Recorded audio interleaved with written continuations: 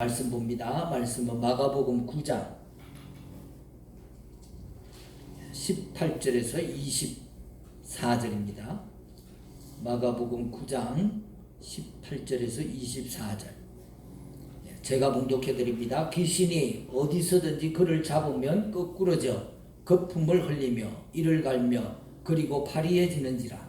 내가 선생님의 제자들에게 내쫓아달라 하였으나 그들이 능히 하지 못하더이다. 대답하여 이르시되 믿음이 없는 세대요, 내가 얼마나 너희와 함께 있으며 얼마나 너희에게 참으리요. 그를 내게로 데려오라 하시며 이에 데리고 오니 귀신이 예수를 보고 그 아이로 심히 경련을 일으키게 하는지라. 그가 땅에 엎드려져 구르며 거품을 흘리더라. 예수께서 그 아버지에게 물으시되 언제부터 이렇게 되었느냐 하시니 이르되 어릴 때부터니이다. 귀신이 그를 죽이려고 불과 물에 자주 던졌나이다. 그러나 무엇을 하실 수 있거든 우리를 불쌍히 여기사 도와주옵소서. 예수께서 이르시되 할 수 있거든이 무슨 말이냐. 믿는 자에게는 능히 하지 못할 일이 없느니라 하시니 곧 그 아이의 아버지가 소리를 질러 이르되 내가 믿나이다. 나의 믿음 없는 것을 도와주소서 하더라. 아멘. 이 박완스라는 작가가 양화진에서 목요 강좌에서 이런 얘기를 했습니다. 남들은 글이 어렵고 말이 쉽다고 하지만 나에게 말하는 것이 더 큰 스트레스다. 글은 몇 번이나 고칠 수 있고 가다듬을 수 있어 노력할 수 있다. 특히 글을 쓸 때 추구하는 완벽함은 나로 하여금 수십 수백 번 읽어보고 고치고 또 읽어보고 고치기를 반복하게 한다. 그럼에도 글쓰기는 다른 이들처럼 수십 년을 했다고 숙련되는 분야가 아니다.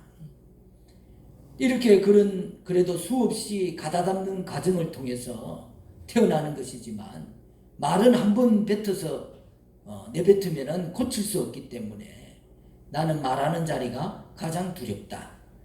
말을 잘 못하는 탓이기도 하지만 말을 하다 보면은 내 말에 내가 홀려 과장과 윗선이 섞인 것은 아닐까 항상 걱정이 된다. 이 짓은 숙련이 안 된다.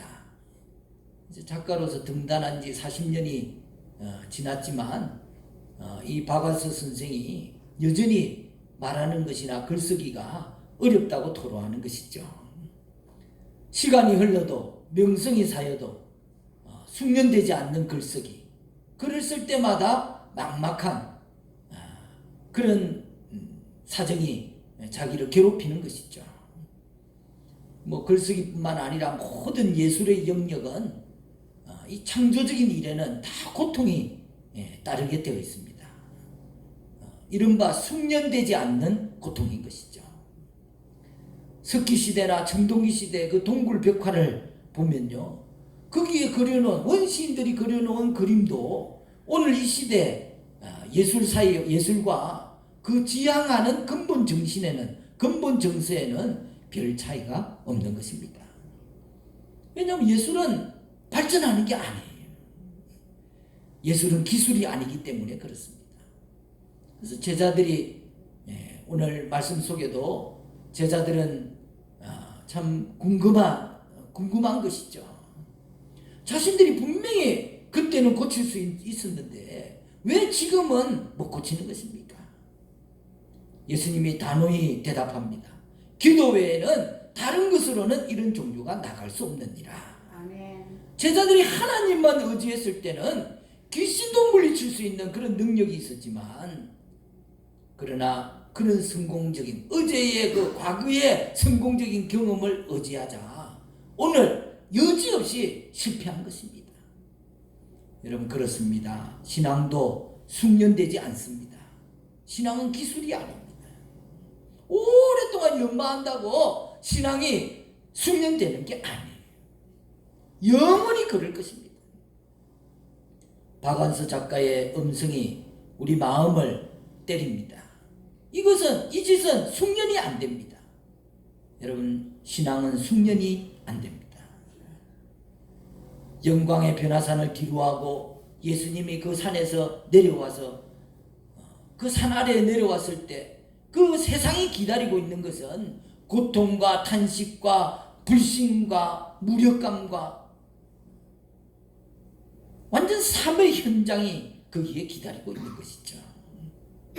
주님이 왜 영광의 변화산을 내려두고 이 땅에 내려오셨는지, 아니 왜 하늘의 보좌를 버려두고 육신을 입고 이 땅에 오셨는지, 왜 예수님이 이 땅에 오셨는지를 잘 보여주는 대조되는, 분명히 대조되는 장면입니다. 변화산에서는 하늘의 영광, 그 변모된 하나님의 형상, 이 땅에 내려오니까 사람들끼리 그냥 아주 투구가 일어나는 탄식의 현장인 것이죠. 예수님이 와서 보니까 너무나 참 안타깝고 탄식하셨지만은 그래도 사람들의 그 탄식 소리를 들으시고 긍휼한 마음으로 그들에게 응답해 주십니다. 자, 이런 걸 보면 우리가 주님께 들고 나가지 못할 문제는 없는 것 같습니다.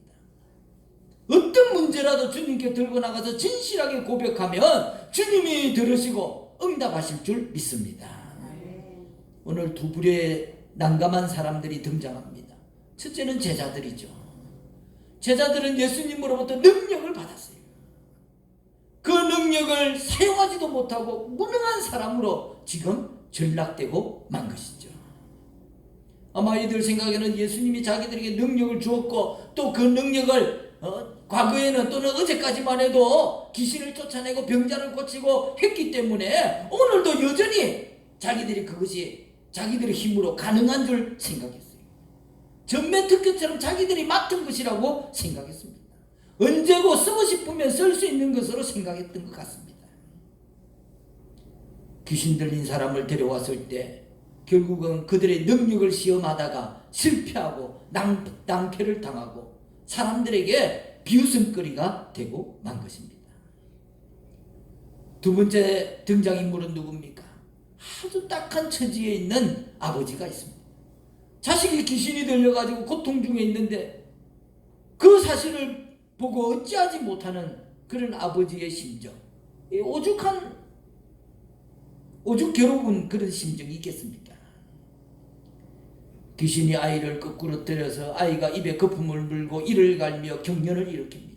때로는 물에도 불에도 넘어집니다. 아마 이런 경우는 이런 아이의 아버지가 되어보지 않고는 아무도 이 아버지의 심정을, 아픔을 가늠하지 못할 것입니다. 이 아버지가 예수의 소문을 들었을 때 얼마나 간절했겠어요. 그런데 예수님을 찾아왔는데 예수님은 계시지 않고 제자들만 있는 거죠. 그래서 제자들에게 보여주는 거예요. 근데 제자들이 고치지 못하고 실패하고, 그러니 이 아버지는 속상한 채로 안타까움만 또 불평만 늘어놓고 있는 것이죠. 왜 이 제자들과 또 이 아버지가 실패했습니까? 오늘 성경에 예수님은 분명하게 말씀하고 있습니다. 기도 외에는 이런 종류가 날 수 없느니라. 아멘. 제대로 기도하지 않았기 때문이라고 예수님이 분명히 답하고 있는 것입니다. 우리 같이 한번 해봅시다. 기도 외에는 이런 종류가 날 수 없다. 사랑하는 성도 여러분, 우리도 마찬가지로 기도하지 않으면 절대로 능력 있는, 은혜가 있는 신앙생활을 할 수가 없는 것입니다. 결국 제자들도 지금 제대로 기도하지 않고 자신들의 어제의 능력, 과거의 은혜를 믿다가 지금 낭패를 당하고 말았던 것이죠. 여러분, 기도하는 사람에게 주님은 함께 하시기 때문에 기도하는 사람이, 기도하는 신앙인이 승리하는 삶을 살게 되는 것입니다. 여러분, 우리 스스로가 한번 물어보시기 바랍니다. 야, 나는 과연 기도의 사람인가? 우리 한번 물어보세요. 자기 스스로에게. 나는 과연 기도의 사람인가? 주님과 동행하는 삶을 살고 있는가? 과연 우리 가정은 기도의 가정인가? 주님이 함께 하시는 가정인가? 과연 내가 하는 일들이 주님이 인정하시는 일인가? 여러분, 물어보시기를 바랍니다. 만일에 자신 있게 대답할 수 없다면 우리 스스로가 해결해야 할 문제인 것이죠.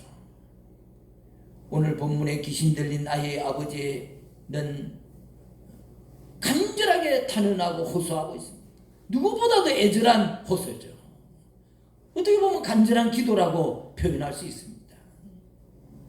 그러나 이 사람은 예수님께 대한 그 기도는 간절한지 모르지만 예수님에 대한 믿음은 불확실한 믿음이었던 것입니다. 아비는 예수님께 무엇을 하실 수 있거든 도와달라고 요청을 합니다. 제자들이 자기 아이를 고치지 못했기 때문에 물론 실망스러운 마음도 있었겠죠. 그러나 주님을 만났다면 그 마음을 고쳐먹어야 되죠.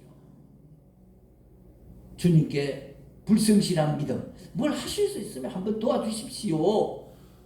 그런 뉘앙스의 불확실한 불성실한 믿음의 표현을 하고 있는 것이죠. 그러니까 예수님께서 그 태도를, 그 마음가짐을 고쳐주셔요. 할 수 있거든이 무슨 말이냐. 믿는 자에게는 능치 못할 일이 없느니라. 그가 가지고 있는 불성실한 불신앙의 태도를 책망하시면서 문제의 해결의 열쇠가 믿음에 있다고 말씀하시는 거예요. 그러니까 이 아버지가 그때서야 정신이 번쩍 나. 내가 여기 왜 왔는가? 내 아이 병을 고치기 위해서 귀신을 쫓아내기 위해서 왔는데 지금 내가 여기 뭐하고 있나? 정신이 번쩍 들었어.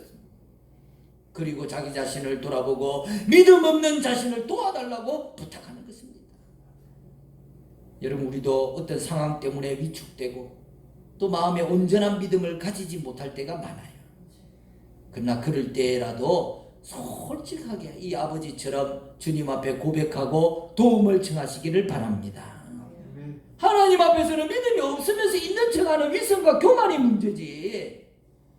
내가 연약한 중에서도 주님을 의지하려는 마음이 있다면 주님은 우리의 모습을 그대로 받으시는 분인 줄 믿습니다. 이 마가복음 9장 23절 말씀은 뭐 우리가 다 좋아하는 말씀이고 많이 인용하는 말씀이잖아요. 제가 한번 더 읽겠습니다. 예수께서 이르시되 할 수 있거든이 무슨 말이냐. 믿는 자에게는 능히 하지 못할 일이 없느니라 하시니. 여러분, 믿는 자에게 능치 못함이 없다는 말씀은 믿는 사람은 뭐든지 다 할 수 있다는 말이 아님을 분명하게 기억하시기 바랍니다.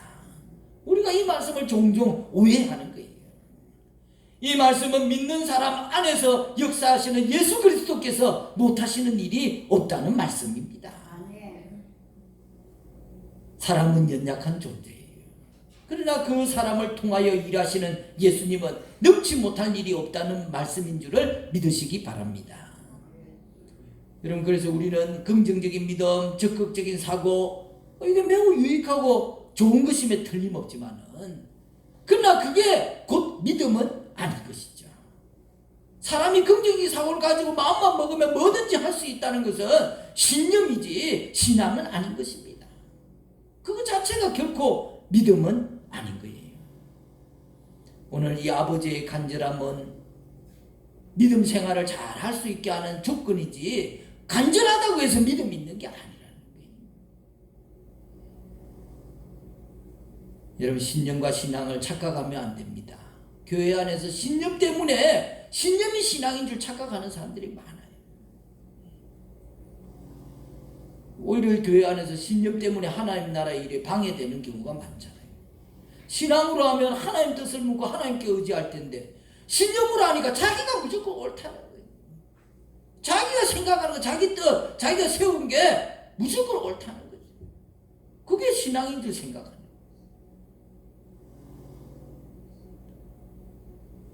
여러분, 자신의 생각을 믿음으로 포장하는 것은 신념이고, 신앙은 내게 주신 하나님의 말씀을 믿고 붙드는 것입니다. 오늘 믿는 자에게 능치 못함이 없다는 것은 인간 자체 안에 가능성이 있다고 긍정하신 말씀이 결코 아닙니다. 우리가 분명히 깨달아야 할 것은 나는 하나님이 인정하시는 그 거룩한 뜻을 이룰 수 없는 죄인이라는 거예요. 전적으로 무능한 사람이라는 것입니다. 그래서 사도 바울 같은 대사도도 뭐라고 고백합니까? 오라, 나는 공고한 사람이다. 이 사망의 몸에서 누가 나를 건져내라. 그렇게 고백한 거잖아요. 내가 죄인이다라고 고백하는 거예요. 오늘 본문에서 주님의 책망을 받은 아이의 아비가 내가 믿습니다. 나의 믿음 없는 것을 도와주십시오. 라고 진심 어린 고백을 합니다. 이게 무슨 말입니까? 내가 믿는데 그렇게 고백하지만 가만히 보니 내 믿음이 너무 부족한 것이 깨달아졌다는 것입니다. 그러니 믿음 없는 것을 도와달라고 간구하는 것이죠. 여러분, 이 아비의 고백은 사실 우리 모두의 고백일 것입니다. 우리의 믿음은 결코 완전한 믿음이 아닙니다. 어떻게 보면 우리는 다 부족한 믿음, 부분적으로 보면은 불신자라 해도 과언이 아닐 거예요. 그러므로 우리 또한 여기 이 사람처럼 믿습니다.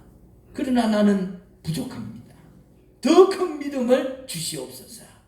믿음을 구해야 되는 것입니다. 여러분, 사람이 할 수 있다 하면 하나님은 활동하지 않습니다. 내가 할 수 있다는데 뭐하러 도와주겠어요? 자기가 하면 되지. 무엇인가 내가 할 수 있다는 말은 신앙 안에서는 결코 옳은 말이 아닙니다. 적어도 신앙인은 내게 능력 주시는 주 안에서 내가 할 수 있습니다. 아멘. 주님만이 할 수 있습니다. 아멘. 그렇게 고백해야 되는 거예요. 비단 오늘 질병을 치유하는 치유의 문제만이 아니라 다른 여러 가지 문제들에서도 이 믿음의 도가 적용되어야 될 것입니다. 아멘. 모두 하나님의 뜻에 내게 주시는 말씀에 귀 기울이시기를 바랍니다. 하나님이 하시는 것입니다. 어떤 사람들은 당신 믿음이 좋아서 이 일이 됐습니다. 어떤 사람도 내 믿음이 좋아서 이 일이 됐습니다. 이런 믿음을 자랑한다면 그는 어찌 보면은 이미 믿음이 없는 사람일 수 있습니다. 사람이 진정 주님 앞에 섰다면 100% 믿음 없는 자신의 모습을 발견하게 되는 것입니다. 너무나 부족하여서 자신의 불가능을 십자가 앞에 고백할 수밖에 없고, 그리고 나의 믿음이 없는 것을 도와주소서라고 기도할 수밖에 없는 것입니다. 여러분, 그럴 때에 사랑이 많으신 우리 주님은 우리의 그 겨자씨만한 믿음, 겨자씨가 작지만 살아있는 것이잖아요. 생명이 있는 것이잖아요. 여러분, 생명 있는 믿음을 인정받아야 되지, 믿음이 크냐 작냐를 인정받는 것이 아닙니다. 커봤자 행함이 없고 죽은 믿음은 소용이 없는 거예요. 작아도 생명이 있으면 주님이 그 안에서 능하신 손으로 축복해 주시는 것을 체험하게 될 줄로 믿습니다. 하나님이 우리 각자에게 주시는 믿음은 논리적으로 설명하거나 보여줄 수가 없습니다. 각자마다 체험하는 것이 다 다르고 믿음의 분량이 다 다른 것이죠. 그러나 믿음을 소유한 사람의 모습은 비슷하게 나타나게 돼 있어요. 우리는 그 나타나는 모습을 보고 저분이 믿음이 있구나 없구나 하는 것을 알게 되는 것이죠. 그 믿음의 모습이 어떻게 나타납니까? 첫째로는 전적으로 맡기는 데서 나타나요. 베드로전서 5장 7절에 너의 염려를 다 주께 맡겨버리라, 이는 저가 너희를 근고하심이니라. 여러분, 짐을 내가 짊어지고 있기 때문에 하나님의 힘을 기대할 수 없는 것입니다. 인간이 자신의 힘으로 무엇인가를 해보려고 발버둥 칠 때 하나님께서는 일손을 놓으시고 쉬시고 바라보고만 계신 거예요. 그러므로 내 힘으로 안 된다고 포기한 후에 하나님의 능력에 의지하고 매달릴 때 하나님께서 바로 그런 겸손한 나를 당신의 도구로 삼아서 위대한 일을 시작하시는 것이죠. 두 번째로 믿음이 있는 사람은 아브라함처럼 절대적으로 순종하는 거예요. 자기의 고집, 자기의 아집, 자기의 주관, 자기 생각 다 내려놓고 하나님 말씀대로 하겠습니다. 순종하는 거예요. 거기서 믿음이 있는 사람과 없는 사람이 갈라지는 것입니다. 순종 없는 믿음은 없습니다. 세 번째로 믿음 있는 사람은 한 번 받은 약속의 말씀을 절대 의심하지 않습니다. 여러분 믿음이 있다 하면 약속의 말씀에 대한 의심이 없어지는 거예요. 그게 그냥 그대로 믿어지는 것입니다. 여러분 그런데 우리가 종종 약속을 의심하는 경우가 있잖아요. 주시기로 한 약속, 그 약속을 받지 못하는 것은 결국은 우리의 의심, 우리의 책임이 크다는 것을 오늘 우리가 깨달아야 되겠습니다. 의심은 하나님의 지존하신 얼굴을 가리는 무서운 서목의 무서운 안개인 것입니다. 야고보서 1장 6절에서 7절에 오직 믿음으로 구하고 조금도 의심하지 말라. 여러분 스풀존은 큰 믿음은 불 속에서도 찬송한다고 그랬어요. 불 속에서 어떻게 찬송할 수가 있습니까? 그런데 믿음은 불 속에서도 찬송하게 만드는 것이 믿음이에요. 오늘 우리 주변에 나를 필요로 하는 사람들이 있을 것입니다. 위로를 원하는 사람도 있고 치유를 원하는 사람도 있고 물질적인 도움을 원하는 사람도 있고 봉사를 필요로 하는 사람도 있고 내가 무엇으로 그들을 섬길 수 있겠습니까? 돈이 있습니까? 지식이 있습니까? 내가 그것을 한다면 내 수준의 도움밖에 안 될 것입니다. 인간적인 그런 선행밖에 안 되겠죠. 영광도 내가 다 받는 것입니다. 여러분 그리스도인이라면 내가 하려고 하는 것이 아니라 내게 주신 믿음으로 하는 것입니다. 이게 지금 내가 믿음으로 하는 거냐, 내 정으로 하는 거냐, 내 마음에 내 자신의 사랑으로 하는 거냐, 잘 분별해야 되는 거예요.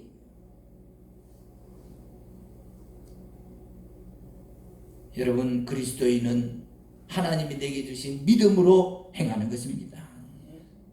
제자들도 그 귀신 들린 아이를 바라보고 얼마나 마음이 안타까웠겠어요.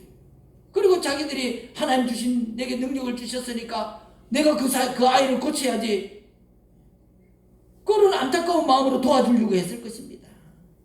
그러나 믿음으로 하지 않았기 때문에, 내 힘으로 했기 때문에 실패한 거잖아요. 믿음으로 기도하지 않았기 때문에 실패한 것입니다.